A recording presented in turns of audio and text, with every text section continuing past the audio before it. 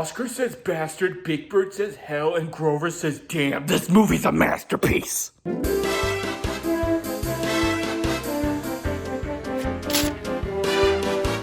Hello, my beautiful people.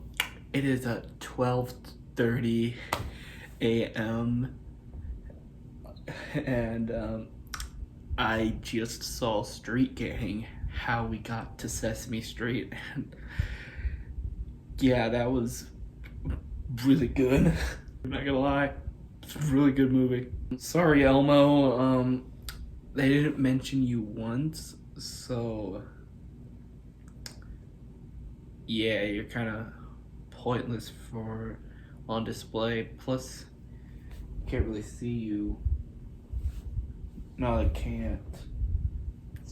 Sorry, Elmo. You have your own documentary, so it's fine. Anyway, so yeah, I just saw Street Gang, and it is a really good movie. Now, obviously, as you can't tell, I am a huge Jim Henson fan. I love just about everything the guys worked on, and Sesame Street is definitely one of those projects that I absolutely love.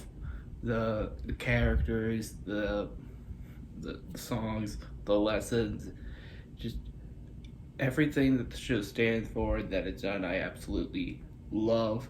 And Sesame Street is really a great show that is one of those shows that I'm perfectly okay with going on forever. Most shows that typically go on for multiple decades usually grow stale and just genuinely turn to trash. But Sesame Street is amazing because it keeps going on for years and years and years and years with literally thousands of episodes, and arguably it just keeps getting better, always finding new things to teach children, new ways to teach children, introducing new Muppets and new human characters. And overall, just amazing how Sesame Street managed to be relevant for almost 52 years now. It's insane. It resulted in multiple documentaries about it. The first one was Being Elmo, who was about the puppeteer behind Elmo, Kevin Clash. The second one was I Am Big Bird, who was about the puppeteer behind Big Bird and Oscar the Grouch, Carol Spinney. The thing about those two is that they were simply about one puppeteer behind the show, just one face, one piece of the puzzle that helped to make Sesame Street the big phenomenon that it is. Speaking of Jim Henson, this movie is about the show in itself. Basically, why Sesame Street is so popular and how it began, and all of the key people in the first few years of the show that helped it become such a massive hit. So there aren't really any behind the scenes factor behind recent episodes from like the last 20 years or so, recent characters like if you were expecting, like, say, I don't know, people to mention Elmo or Abby Cadabby, or especially characters like crap. What was the name of the autistic Muppet? Was it Julia? Yeah, it was Julia. Like, especially her. Like, yeah, you ain't gonna see that stuff in it. If you want to see some stuff on more recent Sesame Street content, I recommend you take a look at the 2-hour ABC special, Sesame Street 50 Years and Counting, I believe it's called. Go check that out. It's actually pretty good. This movie is about all of the main people who have helped Sesame Street become the powerhouse that it is, including the creators, the producers, the writers, directors, Jim Henson and all the other puppeteers, the actors, the music writers, and it's just about everyone, really. As a diehard Muppet fan myself, there was a few things in this film that I was not aware of, and I genuinely learned from it. The film uses quite a bit of old interviews from several people who worked on the show but are sadly no longer with us, such as John Dale, I think his name was, who was a writer and director on the show, Joe Raposo, who did the music, and of course Jim Henson, who of course did the Muppet segments and played characters like Kermit and Ernie and Guy Smiley. Well, one person who I'm surprised they did not get an interview of, with the exception of some archival footage, is Frank Oz. Frank Oz, he played characters on Sesame Street such as Bert, Cookie Monster, Grover, and he worked a lot with Jim on the show, and throughout the film they compliment him and Jim's work a lot, compliment their contribution to the show, and compliment their friendship. And it's a bit weird that they didn't interview him for this movie. Maybe he didn't want to be a part of it, or maybe they just didn't. Maybe they just felt like they had enough interviews. They didn't think that Frank could really add anything. Maybe they had enough with like the one archival interview they had with John Dale. It's either John Dale or John Stone. One of the two.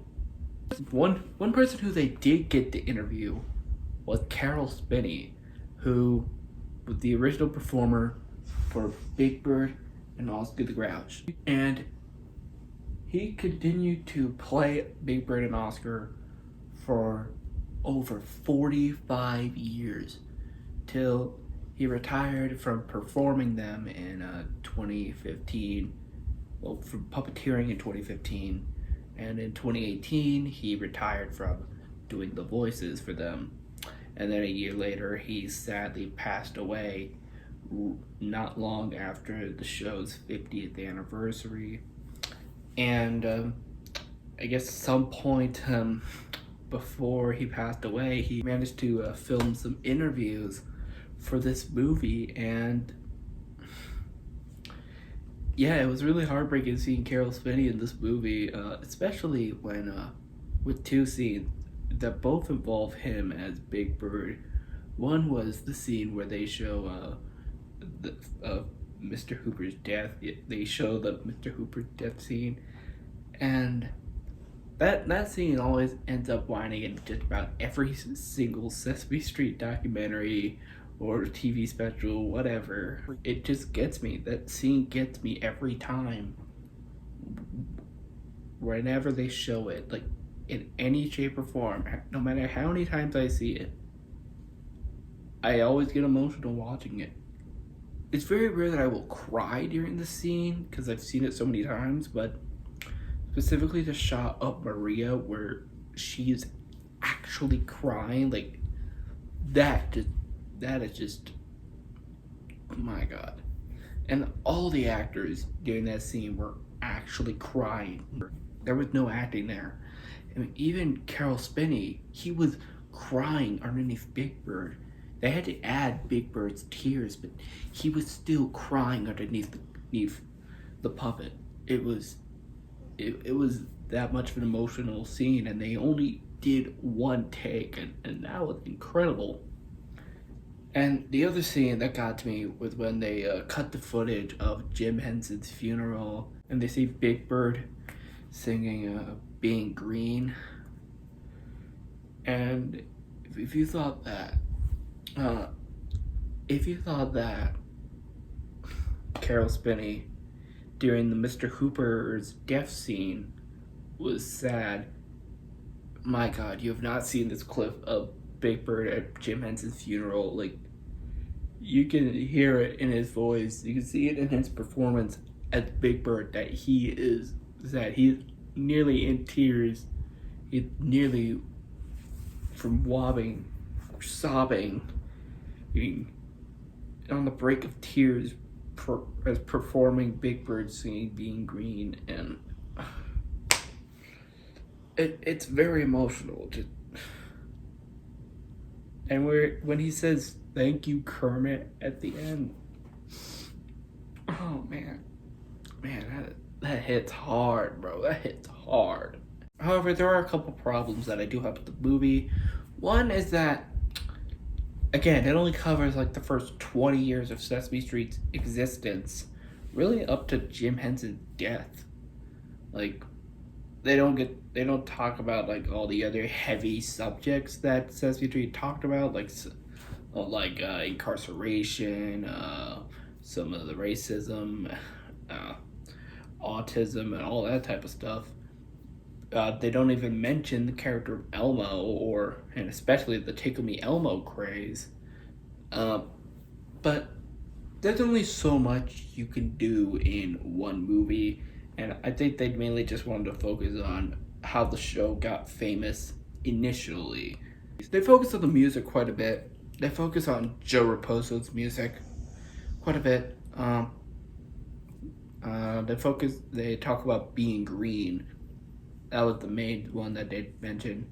And during the end credits, we see footage of the cast and crew singing Put Down the Ducky, which is pretty cool, I must say so myself. They even focus on some of the controversy that the show has gotten. Like, I mean, for a while, the show was banned in Mississippi for its diverse cast.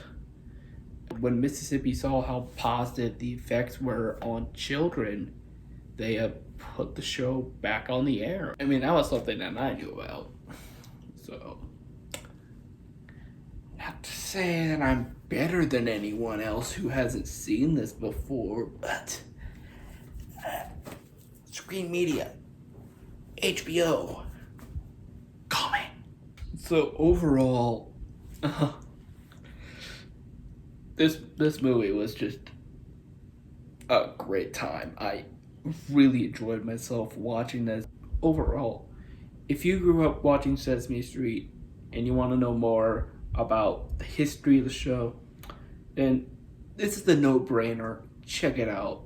It brought back a lot of old memories for me, and it was such a beauty to watch. It's just fantastic. A great movie.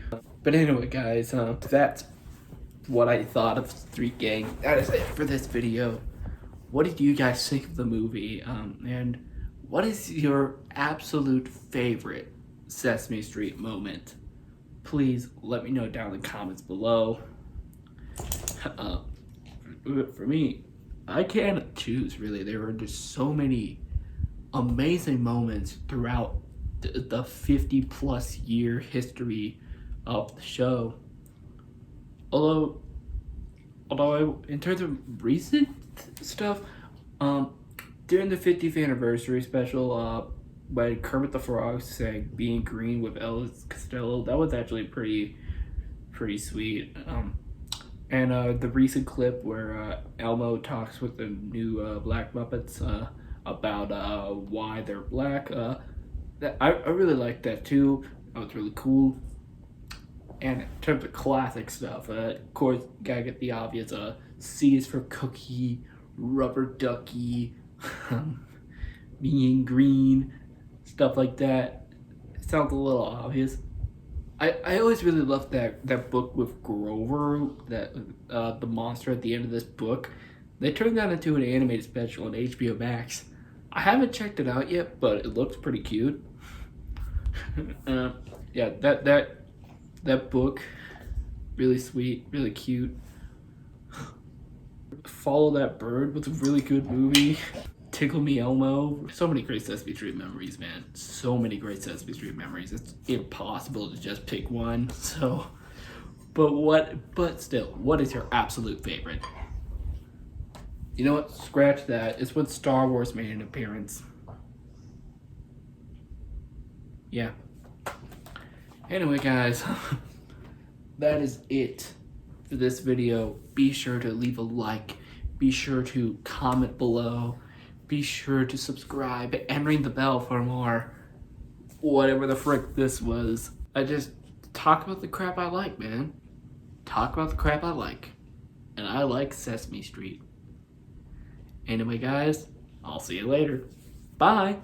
Mr. Johnson Movie Reviews was brought to you today by the letters S and G and the numbers 3 and 2. Mr. Johnson Movie Reviews is a production of Mr. Johnson.